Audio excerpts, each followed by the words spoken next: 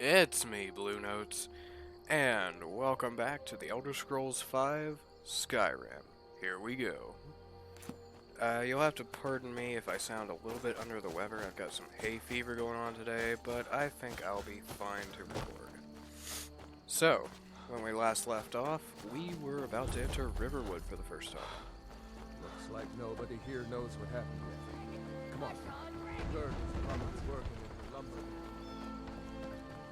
Are you feeling sick? A little bit, but how the hell did... Oh right, the bone break fever from last time. New to Riverwood? If you're looking for work, go see Hod at the mill. Rayloff said you could help me out. Rayloff? How do you know him? He's a friend. He promised you could help. If you really are Rayloff's friend, I'll be glad to help you. But you didn't answer my question. How do you know him?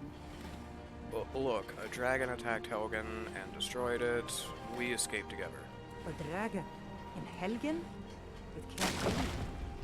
Although, it would explain what I saw earlier, flying down the valley from the south. I thought I must have just been seeing things. You should really trust your own eyes, lady. You're right, I saw it, but how's that possible? Dragons don't exist. They're just stories from long ago. I don't know why, but I actually believe you. You've got the look of someone who's just seen a dragon. Things just go from bad to worse. First the war, now dragons. What's this world coming to? The Jarl needs to know if there's a dragon on the loose. Riverwood is defenseless. We need to get word to Jarl Balgruuf in Whiterun to send whatever troops he can. If you'll do that for me, I'll be in your debt. Gerda. I'm glad to help any way I can. Do you have any supplies for the I'm road? glad to help in any way I can. Help yourself to whatever you need within reason.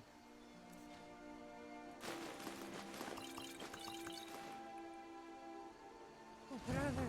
Mara's mercy, you're safe. Your friend told me about Helgen. But is it safe for you Alright. to be here? Won't the Imperial- So, let's stop by the Riverwood Inn. Yeah, okay.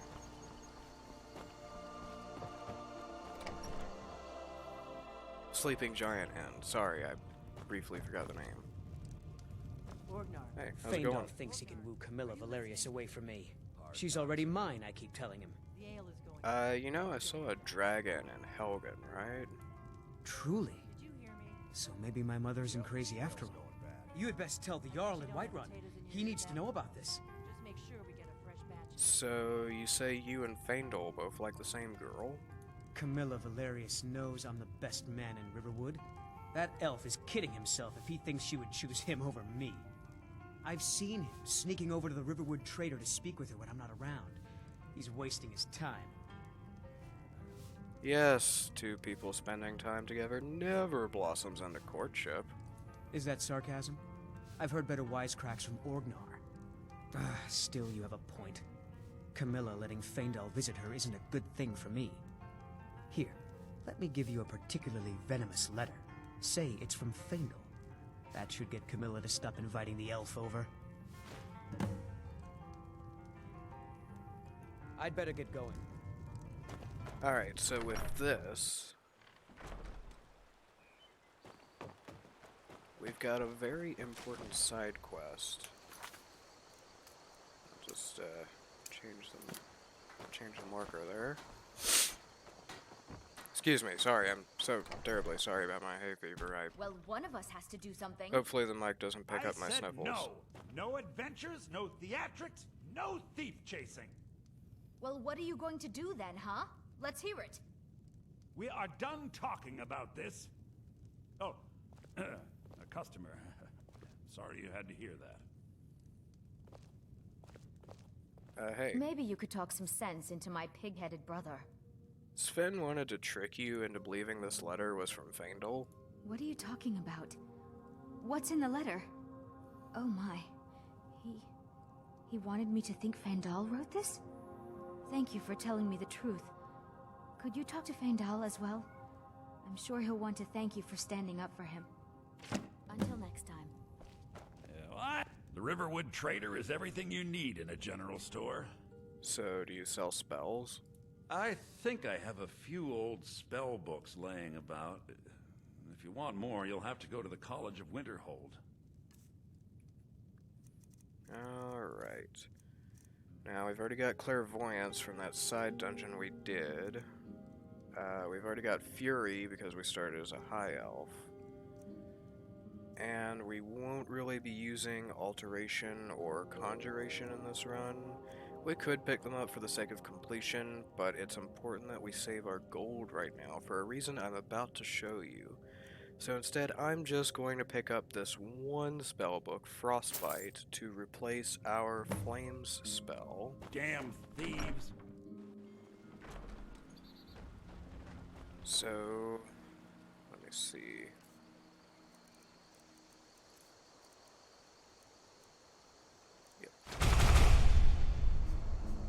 So it's important to note about the 3 major destruction elements. Flames, you do extra damage with melee weapons to anyone on fire, but in the late game when you've got the final destruction perks, flames causes your enemies to flee from you, so that's kind of detrimental to the one use you would have for it, besides the fact that they're always the cheapest element to cast magicka-wise. So I generally tend to avoid using fire magic, except in the very beginning of the game before I get anything superior. My personal favorite is Frostbite, because most enemies in this game will be melee attackers, and Frostbite drains stamina. It basically prevents power attacks from melee weapons, and its final destruction perk actually causes paralysis, which is a really, really good ability. Sparks is also pretty good. It drains magicka, basically reducing caster-type enemies and mages relatively useless. And its final perk has a chance to disintegrate your enemies into a pile of ash whenever they're, I think it's below half HP. It might be like below 25%. I don't remember. But yeah, Sparks, Frostbite, and their more advanced tiers, very good. Flames, not so much. I'm going to take that off my favorite spore. Illusion. I will add Clairvoyance to my favorite spar, even though, yeah, it's fine. I might need it for certain quests, like out in Falkreath, out in the boonies, but usually I have a decent idea of where everything is. So I'll set that to 4, 1, okay. Now, Camilla suggested we go talk to Faendal, and this is the reason I wanted to save as much gold as possible. I forgot to sell my loot from the dungeon. That's fine. You know what, I don't need to do that right now, actually. Are you feeling sick? Yes, stop asking. I appreciate your help. Please, take this. Some gold I've saved up from working at the mill. Follow me, I need your help. Lead the way. Okay, so now Faendal is our first party member. We can only have one party member with us at a time, and I don't usually like using party members because they get in the way more often than not. I just prefer traveling alone I'm in glad this to game. help any But way I can. you might have noticed he had the option to train archery. Now, even though that's not one of the core 7 skills we've got, I'll probably be using that to get some free experience. And I notice I say free because, if I Still can here. demonstrate here, can you train me in archery? I'll show you what I know. Okay, so you see 200 gold for one session. I'll just do this one time for now. And we get some free experience here. Now we exit out of here and say, I need to trade What some do you want me things to carry? with you. Now this is standard for any party member you get in the game. You can open up their inventory, give them better weapons, better armor, whatever you want. By the way, party members never actually use ammo, so they only need one steel arrow technically, unless you just don't like the visual effect of them using the same arrow over and over again, like their quiver is almost empty, you know, but whatever. I don't think most people pay that much attention. But you see there, that 200 gold I just spent, I can take that right back out of his inventory, and it doesn't count as stealing. So, you essentially have a free archery trainer up to, I believe it's level 50 archery. It might be level 75, but probably 50. And that is good enough to take you up to about level 9 or 10 if you just spam that over and over again. If you have all the gold from selling your loot from the mine we passed through between Helgen and Riverwood. And if you take the Thief Stone in the beginning, I took the Mage Stone, not the Thief Stone, but if you take the Thief Stone, you'll get more experience points per skill train up, I believe. That might just be a placebo effect, and I might be my imagination. I don't know for sure, but I'm pretty sure that's the case. So bear that in mind if you want to level grind quickly. It's quick, it's easy, and if you chose to side with Sven, you would not. You would still be able to train with Faendal, but he would not be available to be your party member, so you couldn't take the gold back out of his inventory. So, some people might view that as cheating. I don't. I think that's something that, like, maybe Bethesda put in so that you could level up to level 9 real quick in case you wanted to do the DLC stuff, because you have to be level 9 for that to unlock.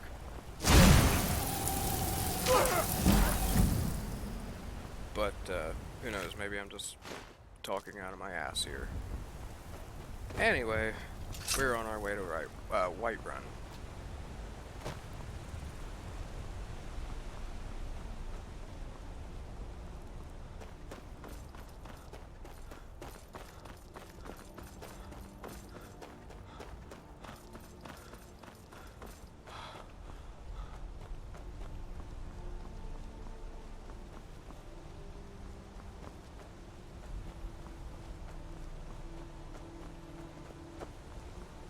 Now, we could free that prisoner and fight those Imperials, but there's really no reward for doing so. It's kind of just a roleplay thing you can do, but there's no reason to do, as far as I know. But hey, it's there if you want to. Personally, I feel like we have bigger fish to fry at the moment.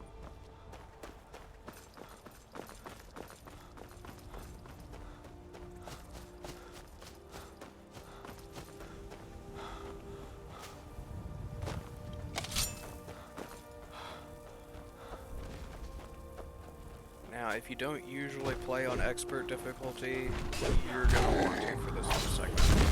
The giant dies way too quickly for you to land a hit on it. Otherwise, if you don't land a hit on it, you will gain some notoriety from companions early on. It's not very detrimental, but it's nice to do. Must have run off.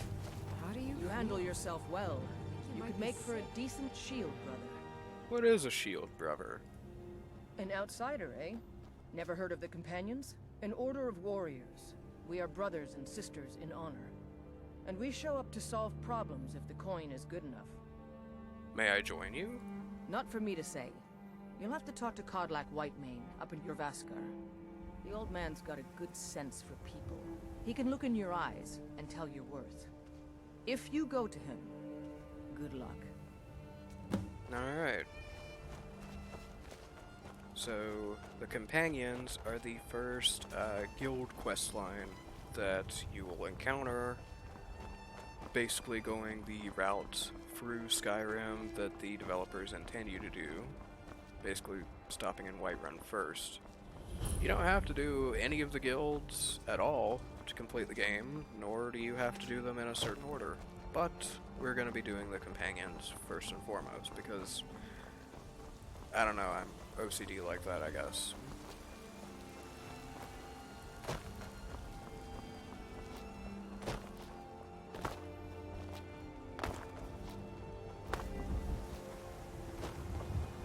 Now, you might be wondering why in the last episode I sided with Ralof over Hadvar. City's closed with the dragons about. Official business only. I bear news about the dragon attack. Fine. But we'll be keeping an eye on you. Anyway, you might be wondering why I sided with, actually, hang on, there's gonna be tons of dialogue in here.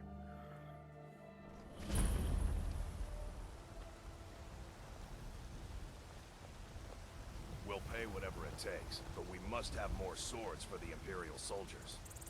I just can't fill an order that size on my own. Why don't you swallow that stubborn pride of yours and ask Yorland Greymane for help?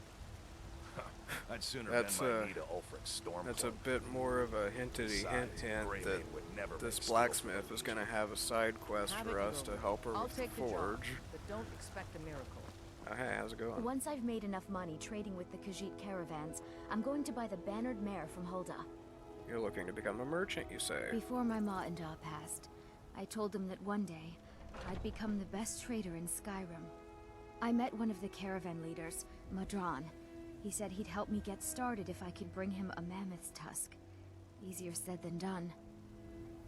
Maybe I can help you. You do that? If you find one, I could teach you a thing or two about trading. Help you get a fair bargain in the future? Now, it's important to note if you Farewell. already have the mammoth's tusk in your inventory before speaking to Isolde for the first time, a glitch will occur and she will not offer that side quest until you remove the tusk from your inventory. That caught me up the first time I played the game, if I'll be honest.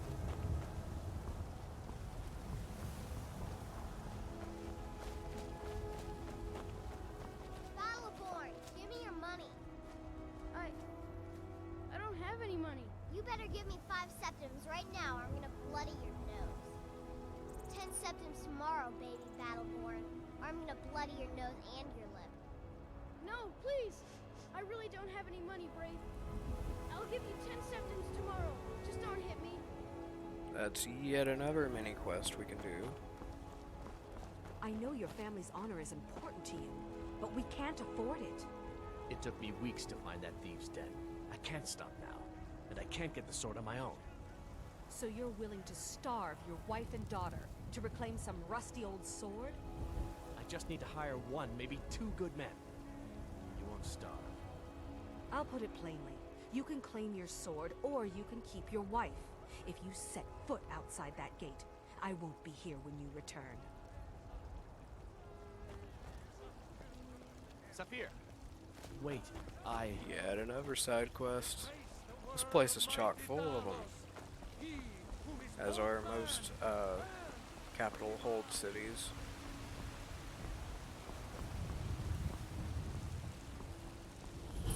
Alright, so here we are at Dragon's Reach. The next stop in the main quest of Skyrim. But, before I finish out this episode, I am going to finish up what I was saying before about Ralof. Now, even though I like the Empire better than the Stormcloaks, if I'm honest, thematically, since we're going to be doing the Dark Brotherhood questline later in the game, it makes more sense to side with the Stormcloaks. Now, I won't spoil why, you know, as if this game isn't already nearing 9 years old. You probably already know why, but, well, like I was saying, it just fits better to side with the Stormcloaks if you're going to be doing that guild line. Otherwise, yeah, just, do as you please, why not? Empire's a great faction, and I won't lie, Elisif the Fair is, well, they don't call her the Fair for nothing. Anyway, I'll see you another time, perhaps.